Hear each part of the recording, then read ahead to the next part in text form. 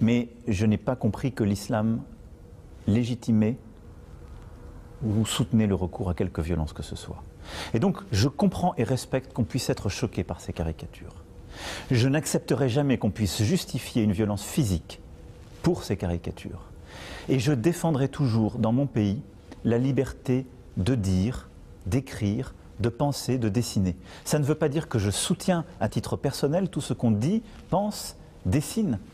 Mais ça veut dire que ces libertés, ces droits de l'homme qui ont été pensés, voulus, créés en France, je considère que c'est notre vocation de les protéger.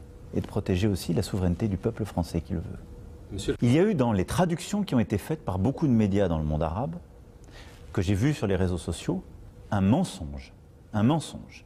On m'a fait dire, je soutiens les caricatures humiliant le prophète. Je n'ai jamais dit ça. D'abord parce que ces caricatures, et c'est important pour tous les musulmans qui nous écoutent, ces caricatures, elles touchent toutes les religions. Toutes. Il n'y a pas des caricatures spécialement contre une religion plutôt que l'autre. Et au-delà de ça, tous les dirigeants. La deuxième chose, c'est que j'ai dit que je protégeais ce droit, parce que c'est mon rôle. Et que je considère ensuite que dans la société, nous devons accepter et ménager ce respect de chacune avec chacun. Mais il ne m'appartient pas à moi, en tant que président de la République, d'amoindrir ce droit parce que certains sont choqués. C'est ça que je voudrais que vous compreniez. Parce qu'à ce moment-là, j'instaurerai dans mon pays une forme d'ordre moral. في الأيام الأخيرة رأيت أناسا كثيرين يقولون أشياء غير مقبولة أبدا عن فرنسا ويؤكدون كل الأكاذيب التي قيلت عنا وعما كان مفروضا أنني قلته وأن يصبحوا متواطئين مع الأسوأ. تعرف، أريدك أن تفهم ماذا نفعل نحن في فرنسا. من عدة سنوات نكافح الإرهاب بقوة. لقد أودي بحياة أكثر من 300 مواطن فرنسي وأحيانا بحياة أجانب يعيشون على أراضينا. هذا الإرهاب الذي مورس باسم الإسلام هو آفة للمسلمين في العالم. أنت قلت ذلك منذ لحظة. تعرف، عندما ننظر في الأرقام المقبولة اليوم، إذا أخذنا آخر 40 سنة في العالم نجد أن أكثر من 80% من ضحايا الإرهاب هم من المسلمين. وعندما تختطف الفتيات في نيجيريا من قبل مجموعات باسم الإسلام وهن فتيات مسلمات، عندما يقصف مستشفى توليد، يمكنني أن أذكر العشرات من الأمثلة. المسلمون هم أول الضحايا الإرهاب الذي يرتكب باسم الإسلام. هذا الإرهاب ضربنا على أرضنا. ثم هناك فئة ثانية قررت أن أكافحها. وهنا كان سوء فهم بسبب مشكلة في الترجمة. هذا ما نسميه في فرنسا الإسلام المتطرف. ماذا يعني ذلك؟ هم المتطرفون العنيفون الذين يحورون الدين ويرتكبون العنف داخل الإسلام. وفسروا أو فسر هذا الكفاح الذي أقوده على أنه كفاح ضد الإسلام. لا، على العكس، ففرنسا فيها الملايين من المواطنين دينهم الإسلام.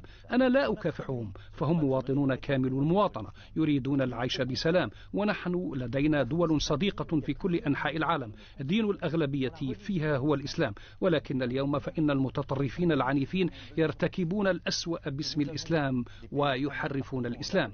يخرجون الأطفال من المدارس ويلقنونهم أو يقولبون أدمغتهم ويبررون العنف على أرضنا في فرنسا.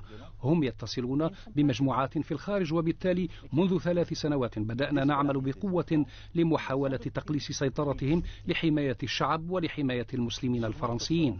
ينمو لديهم شعور قد يكون ضارا، وبما أن كل هذا يتم باسم دين ينشأ سوء الفهم. هذا ما أعدت التأكيد عليه في خطابي في لومور بداية أكتوبر، وهو تصميمي على مشروع قانون سموه الانفصالية، ولكن أريد أن أزيل لبسا، وهو أنه مشروع قانون مكافحة هذه المجموعات وهؤلاء الأشخاص والمتطرفون العنيفون الذين يعملون باسم الإسلام. وهدفنا هو حماية الفرنسيات والفرنسيين وبشكل أعم كل المسلمين. ماذا سنفعل إذن؟ سوف نمنعهم من عدم إدخال الأطفال إلى مدارسهم. سوف نمنع وصول التمويلات التي تمكنهم من تنفيذ أنشطتهم الإرهابية. وسوف نقيم شفافية مالية. وقبل كل شيء سوف نتأكد أن أي شخص مهما كان دينه، قلت أي شخص مهما كان دينه، يحترم قوانين الجمهورية، وهذا شيء أساسي، وهذا ما نفعله الآن. وأنا أريد الفصل بين هؤلاء المتطرفين الذين يرتكبون الأسوأ أحيانا في خطابات معقدة وخطيرة. أفصل بينهم وبين المسلمين. وفي الأسابيع الماضية في كل أنحاء العالم الإسلامي حاول البعض أن يخلط بين هذين الأمرين، وأن يحرف كلامي وأن يوحي بأني أكذب. وقال إن رئيس الجمهورية الفرنسية وبالتالي فرنسا عندها مشكلة مع الإسلام. لا، ليس لدينا أي مشكلة مع الإسلام أبدا. تاريخنا الفكري والثقافي له علاقات وروابط وثيقة مع الإسلام. نحن إحدى أول الدول التي ترجمت القرآن في سوربون في فرنسا منذ القرن السابع عشر. يترجمون القرآن ويعلمونه، وهناك الكثير من النقاشات الهامة التي دارت في الجامعة. ونحن إحدى أولى الدول التي فتحت في قلب عاصمتها جامعا رائعا هو مسجد باريس الكبير. واسألوا الممثلين الدينيين، رئيس المجلس الفرنسي للديانة الإسلامية وعميد مسجد باريس، يقولان لكما نفس ما قلته الآن. وبالتالي معركتنا هي معركة من أجل أجيالنا، هي معركة ضد الإرهاب، ضد التطرف العنيف، وضد كل الخطابات التي تبرر هذا العنف باسم الإسلام. هي معركة لحماية مواطنينا في كل أنحاء العالم أيا كان دينهم، بما في ذلك المسلمون. nos concitoyens dans tous les pays du monde, quelle que soit leur religion, y compris les musulmans.